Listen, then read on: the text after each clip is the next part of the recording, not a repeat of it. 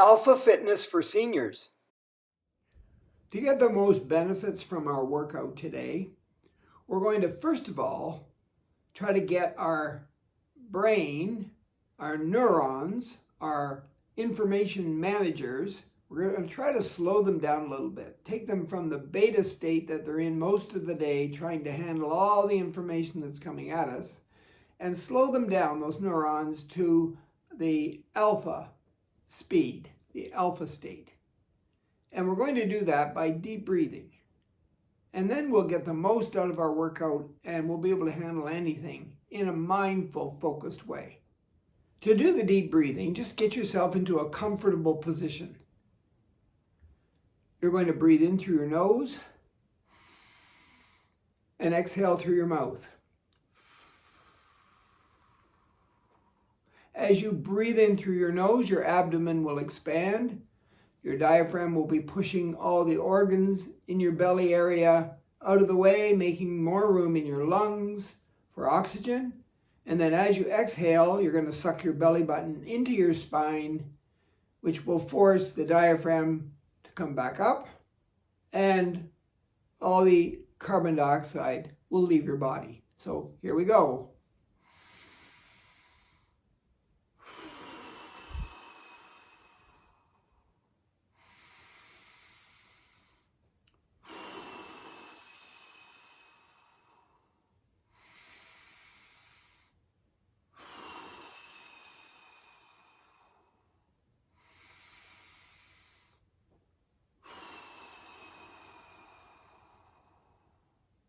Good.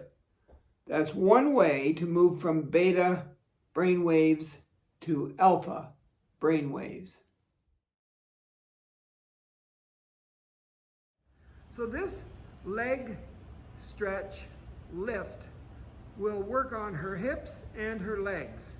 So notice how she's sitting back. So I want her to sit up closer to the edge of the chair so that her back is nice and straight. And I want her, wait a minute, Louise, put your foot down. Put her legs shoulder width apart. Yeah. Sit up straight, and then take one of your legs and just put your heel on the floor. Straighten it, yes. And push down with your brain on the knee, not your hand. Get your brain to push the knee down on that straight leg so that it's as straight as you can get it. Good, keep it straight and lift it up a little bit. A little bit more. That's it. Don't lean back. Keep your back straight. Can you get it a little higher? Good. Hold it there. 3, 2, 1, and relax. Good. Now she's going to try the other side. So she's going to sit up straight first. Make sure her posture is really, really good. In her back especially. And then she's going to straighten the leg. Put the heel on the floor. She's going to use her brain to push that knee down so that her leg is really tight. And then using her quads and her hamstrings and her leg and lower leg and her hips, she's going to lift the heel up a little bit and a little higher until she can't get it any higher. Keep it straight. 3, 2, 1. Good work. The split squat is essentially a lunge. I'm going to use a little yoga block. If you don't have one of those, you can use a pillow or some kind of a little soft stool, something that's raised off the floor about that much. I'm going to place it next to my bed on the floor. You could place it next to a counter or a chair. I'm going to take my legs apart. One is forward and one is back, and I'm going to hold on to my bed for stability, and I'm going to slowly lower my back knee onto my block. Then I'm going to check my leg at the front. It's bent. The knee is over top of my ankle. The back leg is bent. My knee is below my hip. It's straight from the hip down to the knee. And then my leg, of course, goes out behind and my foot is curled back there. I'm on my toes. And then I'll check my upper body. My upper body from my hips to the top of my head is straight or vertical. So all I'm going to do here now is push in the front foot into the floor, hold on to the bed, push with my back toes into the floor and stand straight up. And then once I'm checking my posture again, once I'm up there, holding on for stability, I'm going to lower slowly, I'm going to lower my knee onto the block. But notice my body the whole time is vertical. I'm not leaning forward, I'm not leaning back or to the sides. Okay, I'll try it again. So I'm holding on to the bed for stability, or a chair. I'm going to hold on to that floor with the bottom of my foot there and my toes at the back. I'm going to keep my upper body vertical. I'm going to check the knee above the foot at the front and the knee below the hips at the back. And I'm going to push and stand up. Hold it for a few seconds to check my posture, and then slowly come down and put my knee on the block. That is the split squat. If you can't do that, if you can get into this position and just make sure that your back is straight, your hips are forward a little bit, so that you're in your perfect kneeling posture.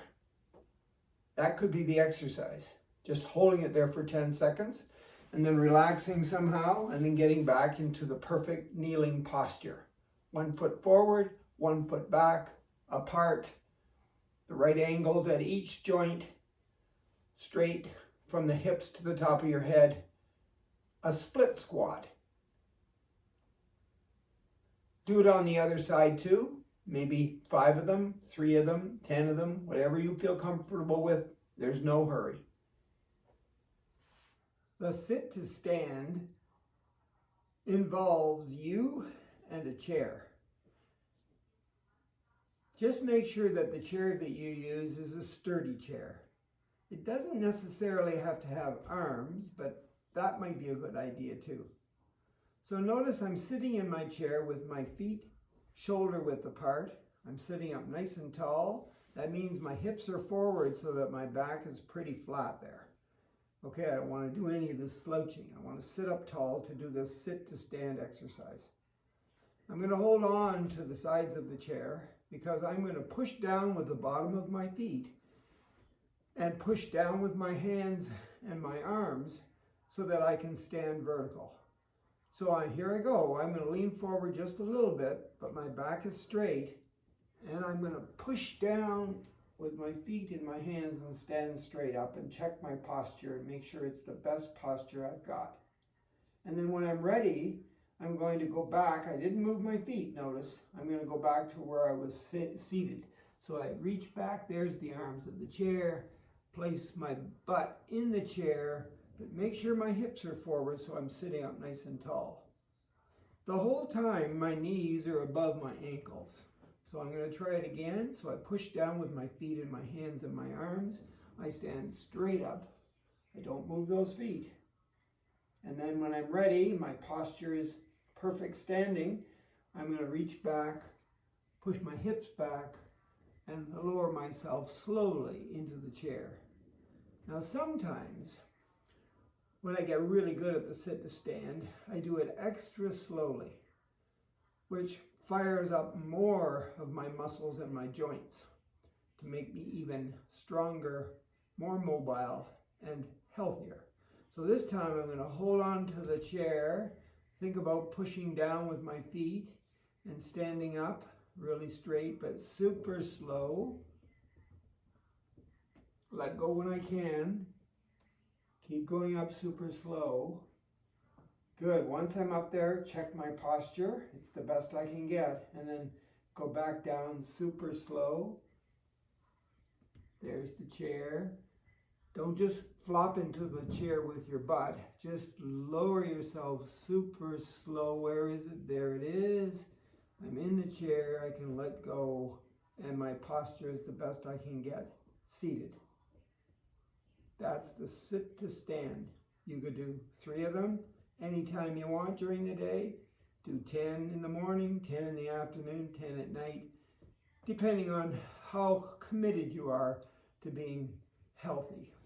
Louise is going to do the bird dog using the wall. So she's going to stand with her feet shoulder width apart. And she's going to put her hands on the wall for balance.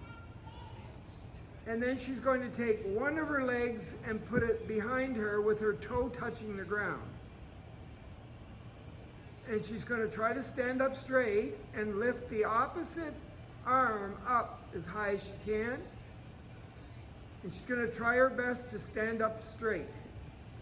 Push the arm back more. Good girl. And she counts to 3, 2, 1. Good. Relax. Then she's going to put her feet shoulder width apart again. Put her palms against the wall for balance. Take her other leg and put it back and touch the ground with her toe. So straighten the other leg, put the toe. Which one did you just do? Do the other one. Do the other one, Louise. Yeah, make sure your leg is straight though. I can see your knee bending. Get it straighter. That's it. Now lift the opposite arm, which would be your left, and get it up as high as you can. Good. And stand up straight. That's good, good. And hold it for 3, 2, 1. That's the bird dog. Juggling is a great way to strengthen those brain messengers, those neurons, the ones that vibrate or oscillate. And we want to go from the beta to the alpha, the slower oscillation of those neurons, so that we can really focus, be mindful, and be able to juggle. There's so many benefits to juggling. I'm not going to get into those now. If you want to look them up on the internet, go right ahead. I just want you to know, though, that there's research out there that says that it will help your memory and it might stave off dementia or Alzheimer's. They're researching that right now. It looks promising, so that's good enough for me. I went to the dollar store. I bought myself juggling balls very, very cheaply, and I'm ready to learn. Now, I know that most people juggle with 3. They do something like this. But that's not today's lesson. Today's lesson is just juggling with 1. So I'll put those 2 down, and I'll start off with my dominant hand. So I take the ball, I just stand in neutral, try to be relaxed, and when I throw it up and catch it, I only throw it up so it's in this window right in front of my face. I don't want to have to bend over and look up or look down or try to chase it around the room, because that involves a lot of complex muscles, lots of balance, and right now I'm just about throwing it and catching it. And this is my good hand, so I should be able to do this because I want success very, very soon. Otherwise, I'm going to hate this exercise and I'm never going to do it. And you should always exercise doing the things that you love to do, because you don't want to turn off your brain. You don't want to put your brain in the beta state where you're thinking bad things and you're really stressed. Okay? And so once you've mastered that, take it and put it into your non-dominant hand and throw it up and catch it. But maybe don't throw it up so high at first, because you might drop it. And if you happen to drop it and you have to pick it up and it's on the floor, use your squat. Your legs are apart, your back is straight, you're bending your knees, your hips are going straight down, you're lowering your body, but keep your head up, and you pick it up. Non-dominant.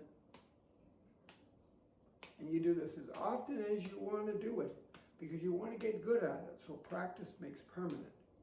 And once you've mastered that, it's going to go from one hand to the other.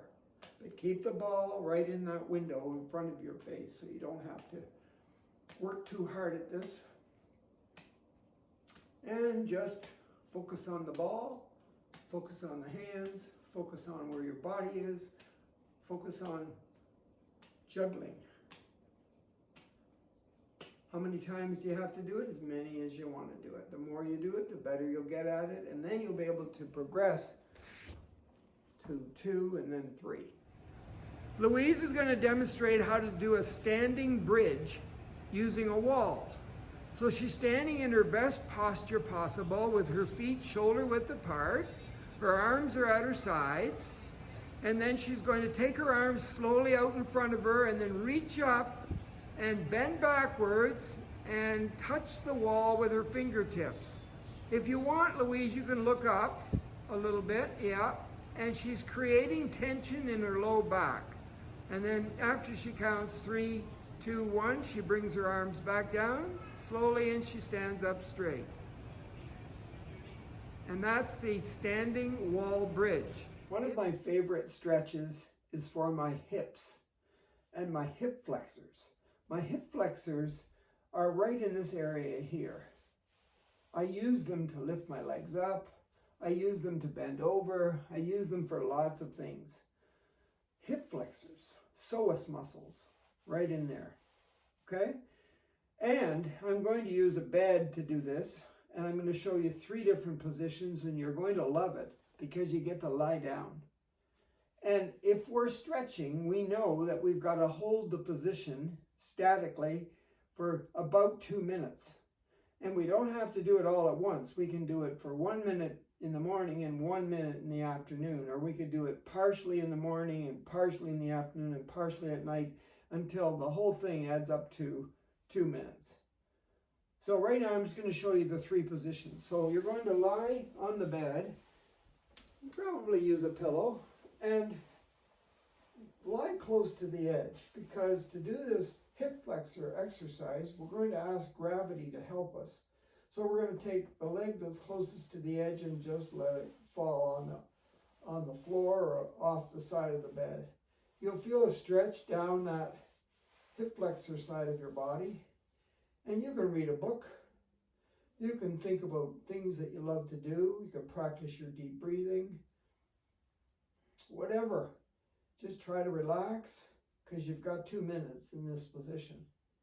Once you've done the 2 minutes in this position, switch around. Maybe use a pillow, maybe not. Lie on the bed.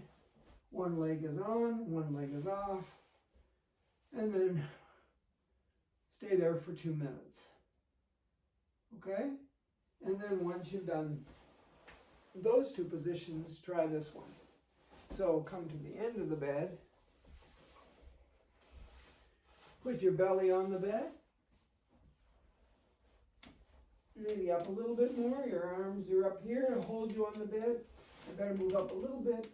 But what you're going to do is let your legs dangle off the end. They don't have to touch the floor. It would be better if they didn't touch the floor. So let me just lie up here a little bit and relax and let my legs dangle, and gravity is pulling them down, working my hip flexors.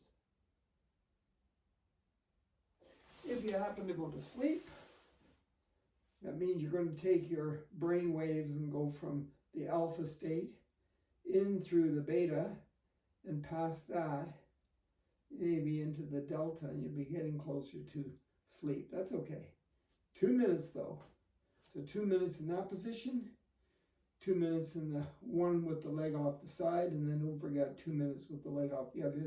That's 6 minutes. You can go, well, I'll do 1 of them in the morning, 1 in the afternoon, 1 at night, something like that. But don't forget the hip flexor stretch. I would really appreciate it if you would like the video, subscribe to the channel, and hit the bell to be notified. That motivates me to work harder on your behalf.